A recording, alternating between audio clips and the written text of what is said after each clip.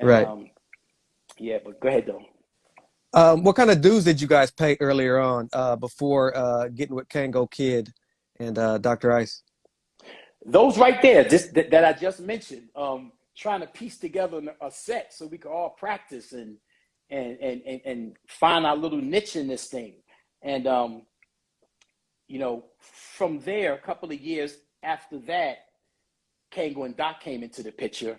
Uh, we wanted to incorporate rappers in our group. We wanted to transition from a DJ group to a rap group. I rapped a little bit, and Educated Rapper rapped a lot, but we wanted a little bit more of that. So we was having auditions um, to incorporate some more rappers. Kango was one of the guys that came to the audition. And to make a long story short, from that audition, we just all realized we're about to, form a group from this thing here.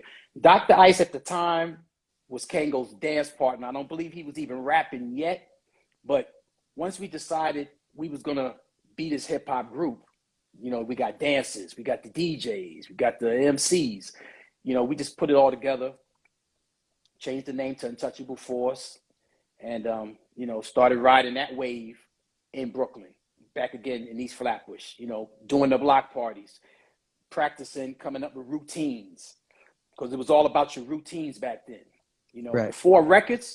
Before hip hop records were being made, it was all about your routines, because your routines was your stage presence and how you performed. So we was definitely one of those groups that practiced and had many, many routines to many, many records. Once we decided to transition to a rap group, the records came later, a little bit later, a couple of years later, but, just once again, being engulfed in that East Flatbush scene and sucking up the whole New York wave of hip hop. Yeah, we was right there in it, studying it all the way. Right. Your name change came about because a rock band already had the name, or what was the story behind that? Yes, there was a group out of Europe that already had licensed the name UFO. And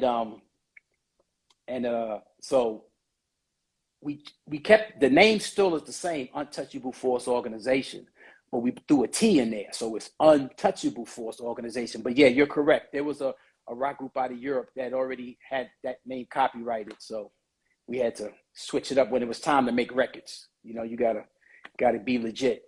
Right. How did that come about? Did you get a letter in the mail? How did you guys get notified that there was going to have to be a name switch? Well, we kind of knew it was one thing for sure, that UFO has a break beat that was very popular back then. I believe it was ESG, or I'm not sure the exact title, maybe ESG. But anyway, they have a break beat that was very popular and heavily used a lot. They used that break beat a lot.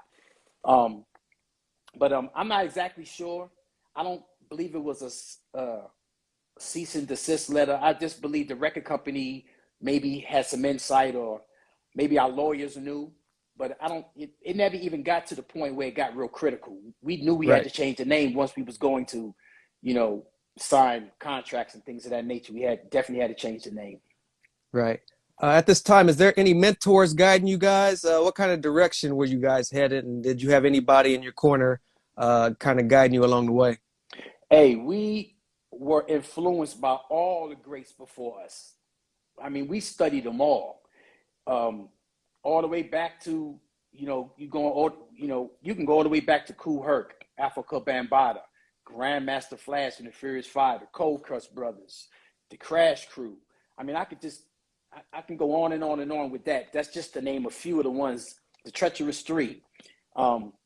We were heavily influenced by them because in Brooklyn, we would get these tapes of these shows that were going on up in the Bronx and Uptown, and we would hear it. So we were able to hear what they were doing and displaying, and the harmonizing, what break beats they were using, the different scratching techniques, the different flows that was coming out vocally. We studied all of that stuff and, embraced it, learned it, and found the way to enhance it and do our little flavor to it. But I mean, I could name, me personally, I was influenced by them all, the rappers and the DJs, the break dancers, the graffiti artists. Any contribution to hip hop back then, especially if they were dope, I was on it, you know, and studied all elements of it. So I was heavily influenced by the pioneers that laid the original foundation down. You know what I'm saying? I'm forever indebted to them. You know, when I started DJing in 1980. That wheel had already been going on a good 5-6 years. Right. So, you know, as it being a hobby, it just caused me to just practice a lot and play catch up, you know, and I studied the best and, you know, practice to the point where I could master what they were doing. And then you start to find out how you can add on to the culture yourselves. Same thing with the rapping.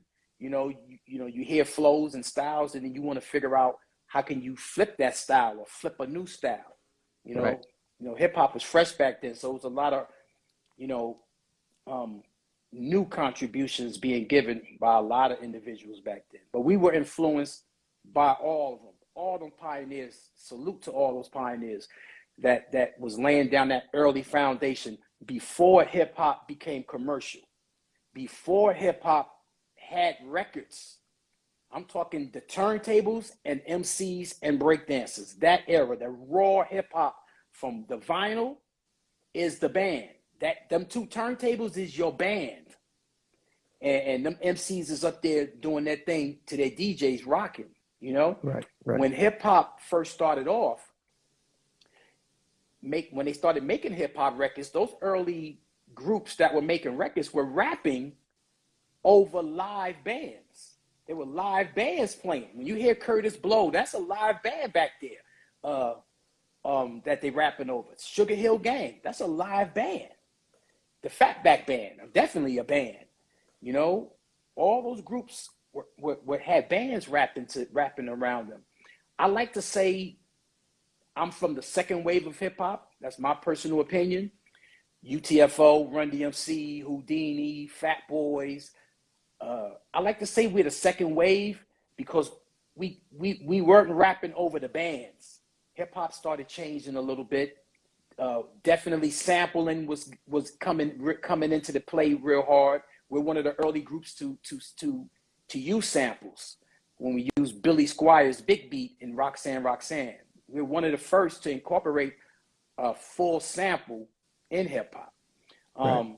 So the game is starting to change a little bit. But a lot of those early guys were rapping over live bands, and then it transitioned a little bit. But it all goes back to the beginning of those break beats spinning on them turntables and the DJ repeating that loop or that break so that the MCs can, you know, get their verses and routines out, you know? Right. We got the legendary Hitman Howie Tee in the building. Can you take us Oh, back to how he fits in the scheme of things? how he fits in the scheme of everything. That's one of I told him this one time. Howie is one of the smartest DJs I've ever known, and he's a mad scientist. He's an engineer. He figures things out. Salute to Howie Tee. That's one of my big brothers. He's a couple of years older than me. We're from the same neighborhood in Brooklyn. So he, like I said, was from a group called the Short Shot 4. It was Howie Tee and the Short Shot 4. So we're all from East Flatbush. I didn't know him personally back then. I didn't meet Howie personally till after we, you know, UTFO started making records and stuff like that. But we're all from the same neighborhood. So just by default, we know people that know people. But Howie's one of those guys that were transitioning early. He was DJing, had sound systems, and was fortunate enough to do an early recording. So, you know, we looked up to Howie from that aspect. He was already producing. Howie, you know, he was already killing it already. You know what I'm saying? So, and then from a DJ perspective, phenomenal DJ on top of that. But when you know, put together, you know, think of his catalog, you know, for me, it goes all the way back to his his CD3 record, you know, Get Tough, you know, how he did that. I want to say that had to be maybe 83-ish. somewhere between 82 and 84. So I'm just average 83. I think he may have done that in 83. But that's early in the game, and he's Flatbush on the map with that. You know what I'm saying? So salute, that's my big brother right there. Love him to death. And he's No very doubt. instrumental in UTFO as well. Very, Right. very instrumental. Early in the game, Kango was working with him. We already had Beats and Rhymes, and that was our first single. The record company gave us another single deal, which was Hanging Out. They decided they wanted to have a B-side to the record, and the B-side was going to be a song called Roxanne Roxanne. Now, let me interject something right there. Right at this time, I'm a little bit out of the loop a little bit because I had got in trouble. So in a short space of time, UTFO was making a lot of moves with full force. I had been off the scene a little bit because I had been chilling at home and finishing school and trying to get my act together. And I ended up getting probation. So as a result of probation, I knew I had to change my environment. I knew I couldn't be getting in no trouble. But anyway, make a long story short, Kango started working on the actual Roxanne record, and early in the game, he must have been working with Howie because Howie had all the equipment. So I believe he was over there trying to put this record together. Full Force was our producer, so I don't know. Somehow he took the initiative to put that together, but he was working with Howie. Howie had drum machines. Like I said, he was already doing stuff. So Howie had the drum machines. So they were over there. Kango's programming his beat. I believe Howie may have programmed Doc's beat for the record. And so he was instrumental very, very early on with the Roxanne Roxanne record. And in fact, almost did scratches on the record Roxanne Roxanne. I just happened to pop up at Kango's house the day before the completion of the song. I tell you, God, the day before the completion of the song is already done. They just got a few final touches to put to it. And I just happened to pop up at Kango's house, had no idea what they were doing.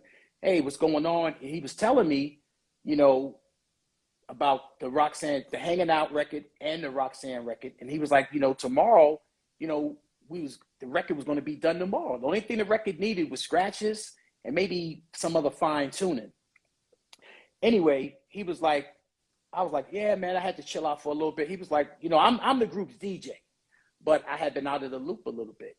So by him hanging out with Howie was going to end up coming to the studio had I not went. The next day or whatever, because he was working with him with the song or whatever. Anyway, so I almost missed that boat ride. That boat almost left the shore without me.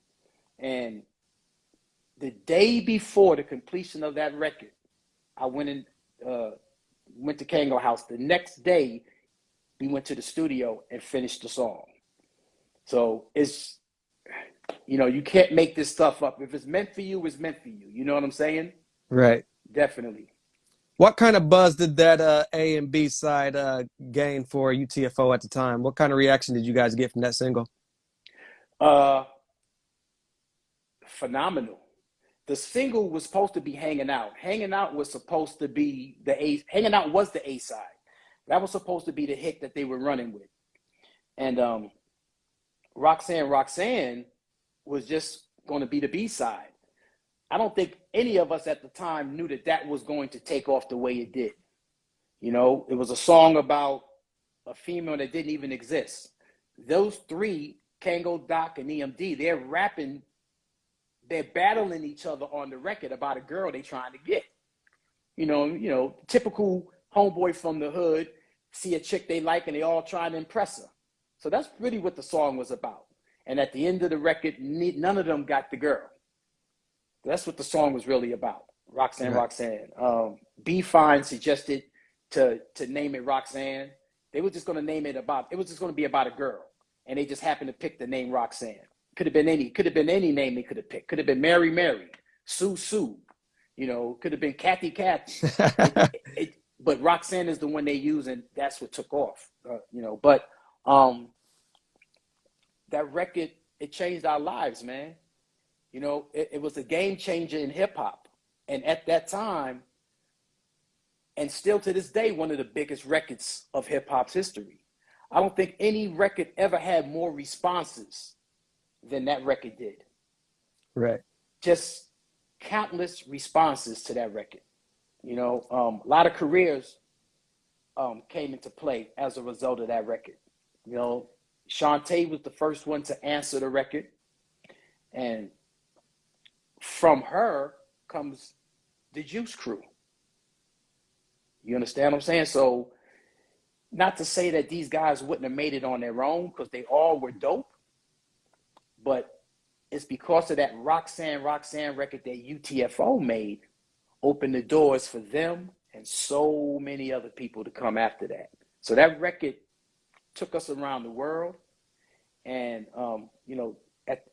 we're blessed to have a top 10 hit with that record. You know, the elements in that record were perfect for the time. You know, it was a very special record. You know, you don't realize it until you start to hear the impact on the radio, until you start to tour, and you see how you're inspiring people and motivating people, and the energy that record brought. You know, but you know, that was a big record for us. That was a big record. That was a big record for the culture. Absolutely. Roxanne. Still remember it as a young child growing up in Indiana.